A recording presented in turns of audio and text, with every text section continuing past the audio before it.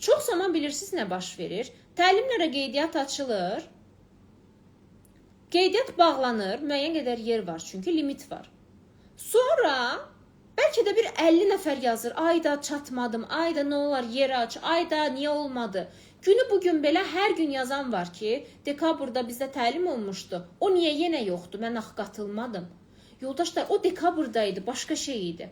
Onun artıq indi aktuallığı yoxdur. İnsanlar keçib də onun nəticəsini də əldə edib, o daha yenidən olmayacaq.